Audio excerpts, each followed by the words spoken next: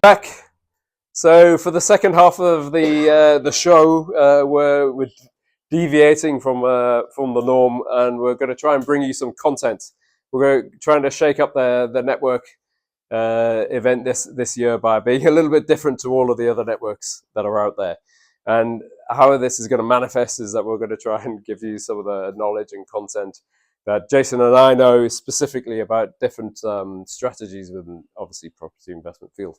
So this month we're going to start off fairly simple, excuse me, and talk about single standard buy-to-lets, how we can stack them, how we can evaluate them quickly, the various things we need to consider, and potentially, bring some opportunities to you that may or may not be of interest to you. Basically, hundreds of pounds worth of training for the cost of your ticket. Ready for it? Because there's going to be a property chucked in your lap at the end of it. Here we go. So, somebody taught me this once, and it's pretty blowing good. So, really, it's really how to stack a single let property, how to quickly evaluate when you're on the hoof, when you've only got your phone with you, whether something is going to cash flow or whether it's not going to cash flow. And it boils down to 6 simple steps. 6 steps may sound like a lot, but it's so simple. And once you've applied it just a couple of times, then it becomes second nature. And you won't think you're leaving after. You won't have to repeat this to remember it. It'll be abundantly obvious that there's 6 pieces, 6 steps to it, and you'll quickly get to where you need to be. So first of all, you need to understand for any given property what the price is you potentially are going to pay for it, and what the rent is. From those 2 bits of information, you go through the 6 steps and you work out whether it stacks or not, on a very crude level. So the second step is determine the mortgage at 75% and deposit at 25%.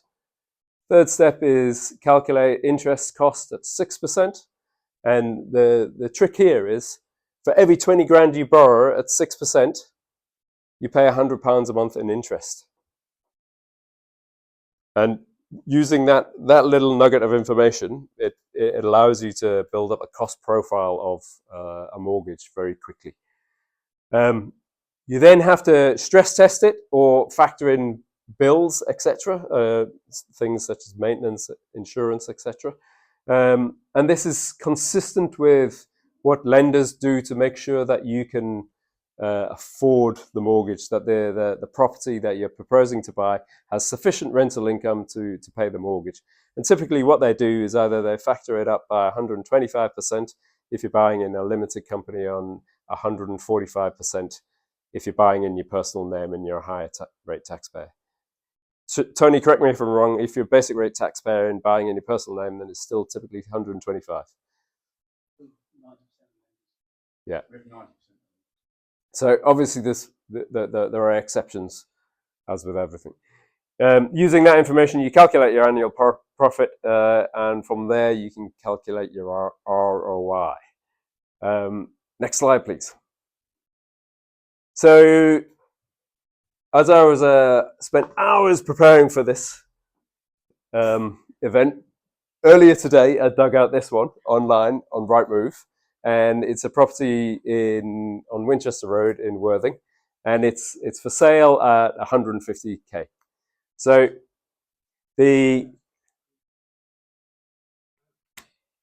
I also know from I went on to the rental section and looked at comparable properties that were for rent, and I figured that the rental was 1,150. So as you see there, the loan 75% of 150 is £112,500. That obviously means the deposit is the balance, which is £37,500. So here, and then the trick is, establishing what interest cost you're going to have going out every month on the mortgage of 112k. And the calculator's ready. We haven't got a phone with a calculator. We're going to shout out some numbers and see if you're actually getting it as well in a minute. So crikey, I've already noticed a mistake here, right? Can I borrow this? This number here is supposed to be 112,500. So 112,500 divided by 20,000 is 5.6. Okay, because obviously the purchase price is 150. That's your mortgage. That's your deposit there. So this is supposed to be your mortgage divided by the 20,000. So that goes into that 5.6 times £100. That means your mortgage cost on that property every month, your interest is £562. Stressed at 125%, I'm assuming most of you will be buying in a limited company. Means that the lender will want to see at least £703 rental income in order to give you that loan. So we said that the rental was £1,150 less the £703 gives you £445 profit. You annualize that by timesing by 12, giving the 5,300 number.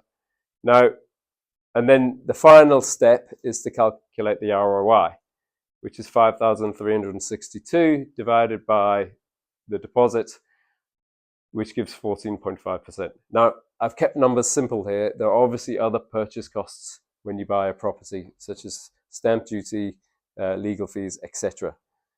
But you can come up with an allocation for those, but this is really this is something to do whilst you're doing it on the hoof, and something that you can do in your head to understand whether at a high level it cash flows or not before you go back and do more detailed calculations.